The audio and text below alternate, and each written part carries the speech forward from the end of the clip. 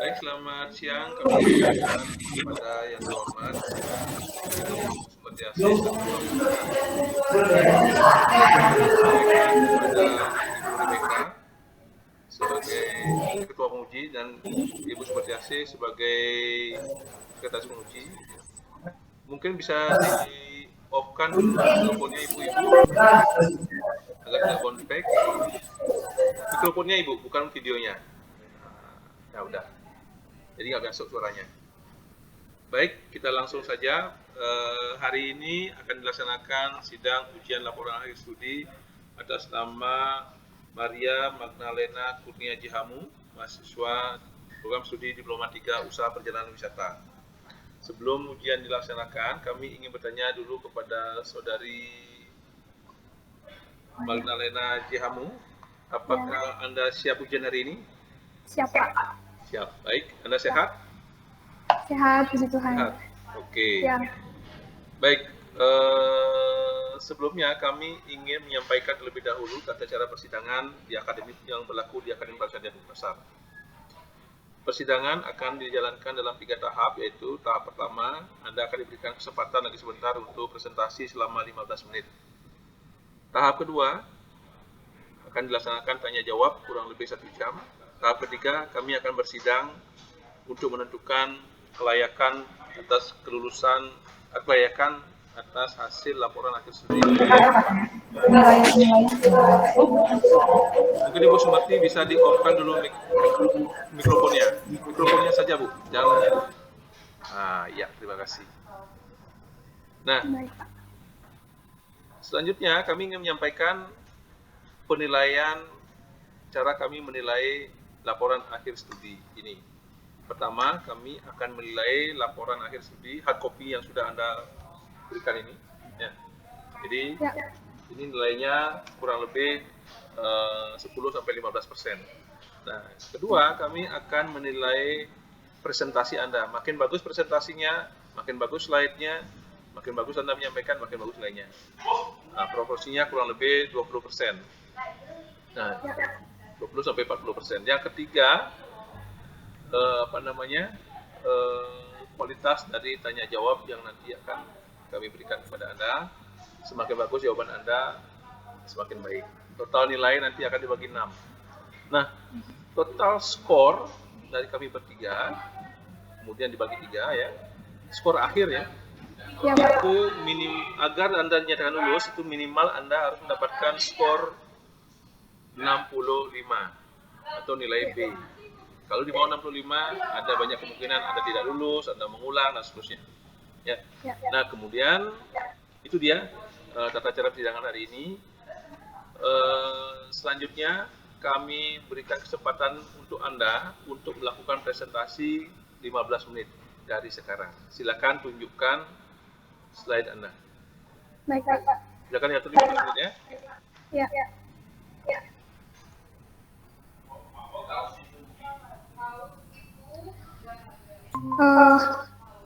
Baik, Om Swastiastu, selamat siang. Saya sampaikan kepada Bapak dan Ibu dosen penguji saya yang sudah meluangkan waktu untuk menguji saya pada saat ini. Baik, saya pada saat ini akan mempresentasikan hasil laporan akhir studi saya yang berjudul Upaya Seleksi Edukasi dan Preparasi dalam Mempromosikan Museum Bali. Dalam waktu 15 menit ke depan, saya akan mempresentasikan hasil laporan akhir studi saya. Baik, saya langsung saja. Yang pertama, latar belakang dari laporan akhir studi saya. Seperti yang kita ketahui bahwa pariwisata itu merupakan bagian budaya suatu masyarakat yang berkaitan dengan penggunaan waktu luang atau waktu libur dengan tujuan menambah wawasan, pengetahuan, atau sekedar penghilang penat. Nah, kemudian pariwisata Bali itu merupakan salah satu sumber pendapatan atau devisa bagi Indonesia dan khususnya di Bali. Pendapatan tersebut berasal dari banyaknya kunjungan wisatawan mancanegara yang datang untuk menikmati berbagai macam daya tarik wisata yang ditawarkan. Bali memiliki banyak sarana untuk melestarikan budayanya, dan salah satunya adalah Museum Bali. Museum Bali ini merupakan salah satu museum umum provinsi yang memiliki dan memamerkan benda-benda budaya dari zaman prasejarah sampai kini yang mencerminkan seluruh unsur kebudayaan Bali. Namun, jumlah kunjungan wisatawan ke Museum Bali belum mengalami peningkatan yang signifikan. Dan berdasarkan data statistik kunjungan pada Museum Bali dalam 5 tahun terakhir, terjadi fluktuasi atau penurunan dan peningkatan kunjungan wisatawan. Nah, oleh karena itu, melalui peran seksi edukasi dan preparasi untuk mempromosikan Museum Bali dengan berbagai macam upaya, sehingga dapat diharapkan meningkatkan kembali kunjungan di Museum Bali. Kemudian, berdasarkan latar belakang dari laporan akhir studi saya, maka saya mengangkat rumusan masalah, yaitu bagaimanakah upaya seksi edukasi dan preparasi untuk mempromosikan Museum Bali. Kemudian tujuan dari penelitian ini adalah mengkaji upaya seksi edukasi dan preparasi dalam mempromosikan Museum Bali sebagai daya tarik wisata di Kota Denpasar. Kemudian saya membuat pembatasan masalah dalam penelitian ini karena agar dapat fokus dalam membahas laporan akhir studi saya, maka saya mengambil batasan masalahnya yaitu upaya seksi edukasi dan preparasi dalam mempromosikan Museum Bali. Adapun manfaat penelitiannya, yaitu manfaat terhadap lembaga pendidikan, sebagai informasi dan sumbangan pemikiran, serta bahan perbandingan antara materi perkuliahan yang didapat, sehingga disesuaikan dengan jasa usaha perjalanan wisata yang semakin maju. Kemudian adapun manfaat terhadap instansi, dalam hal ini adalah Museum Bali. Manfaatnya adalah sebagai bahan masukan, serta membenahi apa yang dinilai kurang demi kelancaran pekerjaan, sehingga peningkatan pendapatan instansi atau Museum Bali sendiri dapat tercapai. Kemudian manfaat terhadap peneliti, terhadap saya, yaitu saya bisa membandingkan teori yang didapat selama saya kuliah di AKPA Denpasar dengan kenyataan yang saya hadapi selama saya melaksanakan praktek kerja lapangan di Museum Bali. Kemudian yang berikutnya adalah landasan teori. Yang pertama, pengertian upaya. Jadi upaya itu merupakan suatu kegiatan atau aktivitas yang dilakukan seseorang atau sekelompok orang untuk mencapai suatu tujuan yang telah direncanakan dengan mengarahkan tenaga dan pikiran. Kemudian pengertian promosi. Promosi itu suatu bentuk usaha untuk memberitahukan atau menawarkan produk atau jasa dengan tujuan menarik minat calon konsumen tentunya untuk membeli atau mengkonsumsi produk atau jasa tersebut.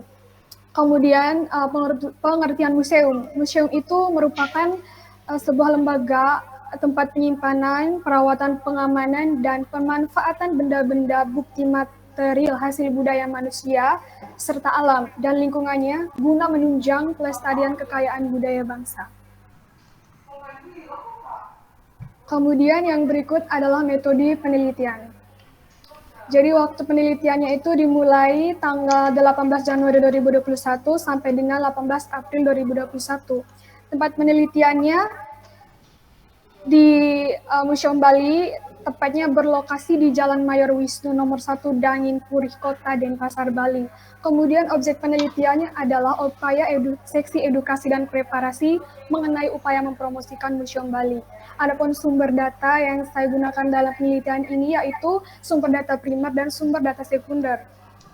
Sumber data primer itu merupakan data yang diperoleh secara langsung dari objek penelitian. Dalam hal ini adalah data yang saya dapatkan ketika saya melakukan PKL di Museum Bali. Kemudian sumber data sekunder itu adalah sumber data penunjang yang diambil dari sumber yang sudah ada, baik melalui dokumen-dokumen atau yang lainnya.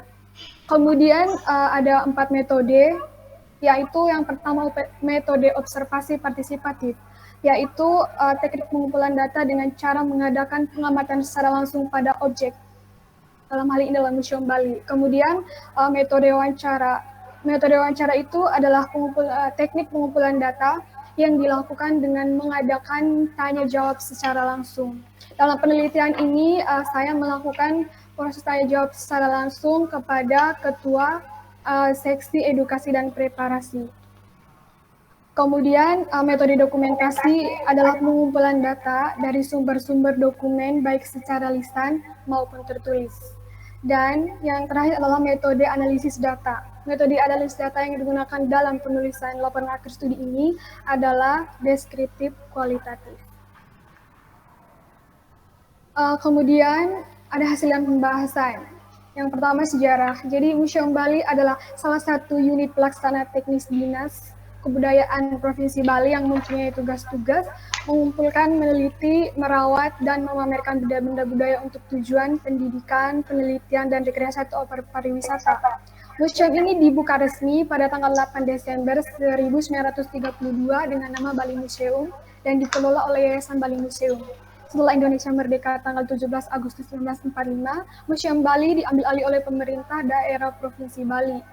Dan kemudian pada tanggal 5 Januari diserahkan kepada pemerintah pusat di bawah Departemen Pendidikan dan Kebudayaan dan menjadi Museum Umum Provinsi dengan nama Museum Negeri Provinsi Bali.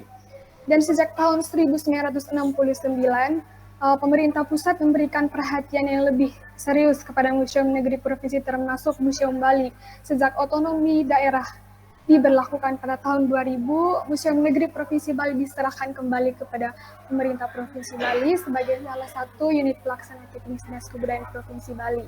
Adapun visi dan misinya, visinya yaitu menjaga kesucian dan keharmonisan alam Bali beserta isinya untuk mewujudkan kehidupan kerama Bali yang sejahtera dan bahagia. Sakala niskala menuju kehidupan kerama dan bumi Bali sesuai dengan prinsip Trisakti Bung Karno, yaitu berdaulat secara politik, berdikari secara ekonomi, dan berkepribadian dalam kebudayaan melalui pembangunan secara terpola, menyeluruh, terencana, terarah, dan terintegrasi dalam bingkai NKRI berdasarkan nilai Pancasila 1 Juni 1945.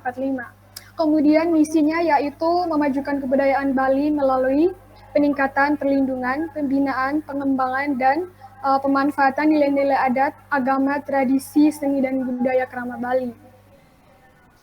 Adapun logo dari Museum Bali, jadi sebenarnya logo ini merupakan logo dari Dinas Kebudayaan Bali. Saya menggunakan logo Dinas Kebudayaan Provinsi Bali karena Museum Bali ini merupakan sebuah museum yang dikelola oleh Dinas Kebudayaan Provinsi Bali. Jadi Museum Bali menggunakan logo dari Dinas Kebudayaan Provinsi Bali. Kemudian ini merupakan lokasi dari Museum Bali. Nah, kemudian ada bagian departemen dari Museum Bali. Yang pertama, subbagian tata usaha. Jadi tata usaha ini merupakan bagian yang menyiapkan bahan dan data dalam rangka menyelenggarakan dan pelayanan administratif kegiatan subbagian tata usaha yang meliputi penyusunan program, kepegawaian, keuangan, perlengkapan, aset, surat menyurat, pengelolaan naskah dinas, dan kerumah tanggaan Museum Bali, serta urusan kerjasama hubungan masyarakat.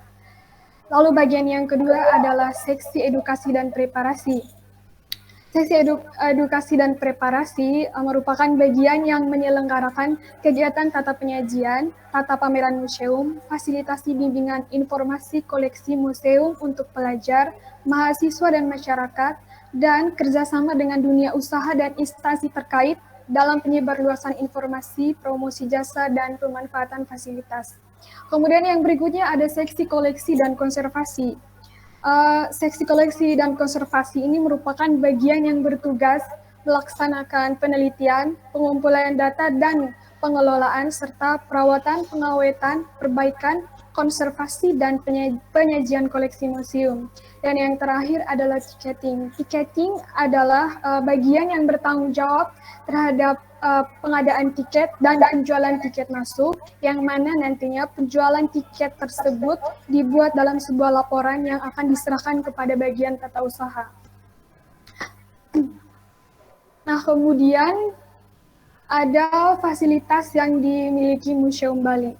Yang pertama, Gedung Timur lantai 1 dan 2. Gedung Timur lantai 1 dan 2 ini memamerkan benda-benda koleksi peninggalan zaman prasejarah dan zaman sejarah. Dan koleksi zaman prasejarah dikelompokkan ke dalam 4 masa, di antaranya masa berburu dan mengumpulkan makanan tingkat sederhana. Lalu yang kedua, masa berburu dan mengumpulkan makanan tingkat lanjut. Dan yang berikutnya adalah masa bercocok tanam dan masa perundagian. Nah, sedangkan koleksi zaman sejarah dikelompokkan menjadi 3 periode, yakni zaman Bali kuno, zaman Bali pertengahan, dan juga zaman Bali baru. Kemudian Gedung Timur lantai 2, yaitu gedung yang memamerkan benda koleksi yang berkaitan dengan puncak kebudayaan Bali dalam berbagai aspek kehidupan, di antaranya aspek religi, kesenian seperti seni rupa yang meliputi seni patung, seni lukis, seni karya atau arsitektur, pertanian, tekstil, dan teknologi modern. Kemudian ada Gedung Buleleng. Gedung ini memamerkan koleksi perkembangan alat tukar sebelum dan sesudah uang kepeng di Bali, di mana sebelum dikenalnya uang sebagai alat tukar di Bali, mereka menggunakan sistem barter sampai masuknya kebudayaan Cina, di mana uang kepeng ini digunakan sebagai alat tukar dan meluas digunakan sebagai sarana seni, kerajinan, dan permainan sampai produksi kerajinan uang kepeng. Yang berikutnya ada Gedung Karangasem. Jadi di gedung ini ada cili yang dipercaya sebagai lambang kesuburan yang sangat berpengaruh terhadap kehidupan masyarakat Bali. Dan cili ini merupakan simbol seorang wanita dengan muka runcing, kepala sedikit melebar dan kadang meruncing, dan telinganya memakai anting besar atau dalam bahasa Bali, subeng. Bentuknya pinggangnya ramping. Kemudian ada Gedung Tabanan. Gedung ini memamerkan tentang mahakarya Nusantara berupa keris.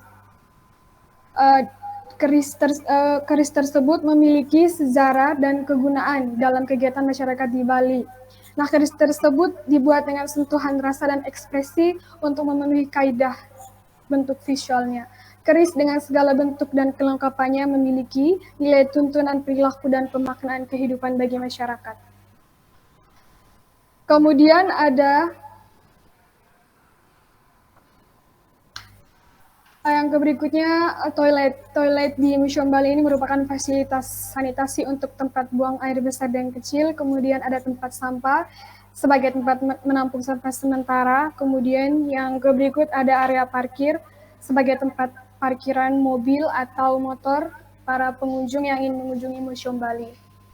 Kemudian yang berikutnya ada tugas dan tanggung jawab dari masing-masing jabatan di Museum Bali. Yang pertama ada Kepala Museum Bali. Ia bertugas menyusun rencana dan program kerja museum dan juga bertanggung jawab dalam membimbing dan memberi petunjuk kepada kepala subbagian, kepala seksi, dan bawahan. Kemudian ada Kepala Seksi Tata Usaha. Dia memiliki tugas menyusun rencana dan program kerja seksi dan bertanggung jawab terhadap laporan hasil pelaksanaan tugas kepada Kepala Museum Bali. Kemudian ada Kepala Seksi Koleksi dan Konservasi. Tugasnya itu mengumpulkan benda koleksi berdasarkan hasil dari hasil survei dan penelitian, hibah atau hadiah sumbangan, titipan dan pembelian untuk melengkapi koleksi yang telah ada sesuai aturan kriteria permuseuman. Dan bertanggung jawab terhadap penyusunan data pengelolaan koleksi museum. Yang berikutnya, tugas dan tanggung jawab Kepala Seksi Edukasi dan Preparasi. Tugasnya yaitu melakukan monitoring atau evaluasi dan pelaporan hasil pelaksanaan kegiatan di seksi setiap bulan, setiap tribulan, dan semester, serta tahunan untuk disampaikan kepada Kepala Museum melalui Kepala Seksi Tata Usaha, dan tanggung jawabnya yaitu perekapan data statistik kunjungan. Kemudian yang terakhir ada tiketing. Tiketing bertugas memberikan informasi mengenai detail tiket kepada pengunjung museum dan bertanggung jawab dalam mengeluarkan tiket untuk pengunjung yang mengunjungi Museum Bali. Kemudian yang berikutnya, pembahasan dari laporan akhir studi saya yaitu bagaimana upaya Seksi Edukasi dan Preparasi dalam mempromosikan Museum Bali. Jadi, Seksi Edukasi dan Preparasi telah melakukan berbagai macam upaya, yaitu melalui promosi secara online, yang mana promosi secara online tersebut melalui media sosial, diantaranya yaitu Facebook, terus Twitter, Instagram, dan YouTube. Kemudian Museum Bali juga melakukan promosi secara offline melalui media cetak, yaitu brosur, leaflet, buku panduan, dan juga spanduk. Nah, kemudian mereka juga melakukan atau mengadakan pameran temporer, workshop, dan lomba.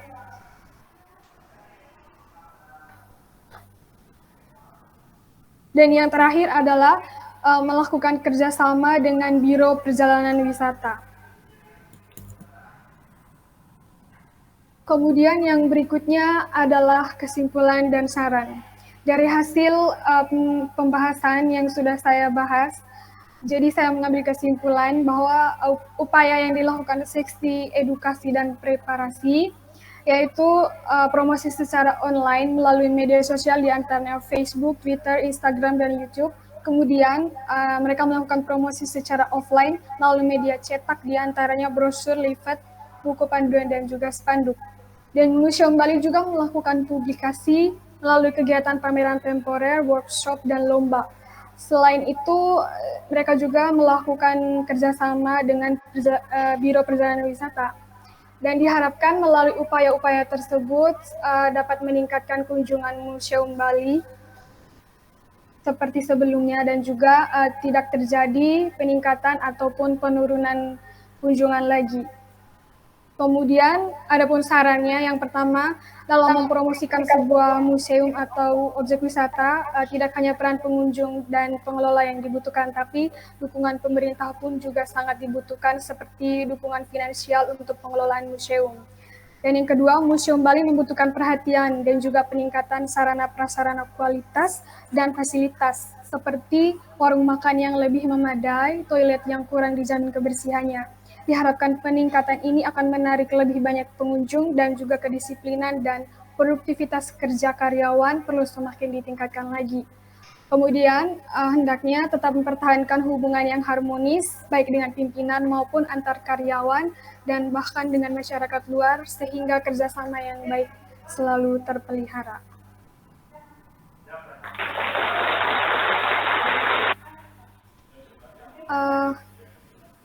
Baik Bapak dan Ibu sekalian, sekian hasil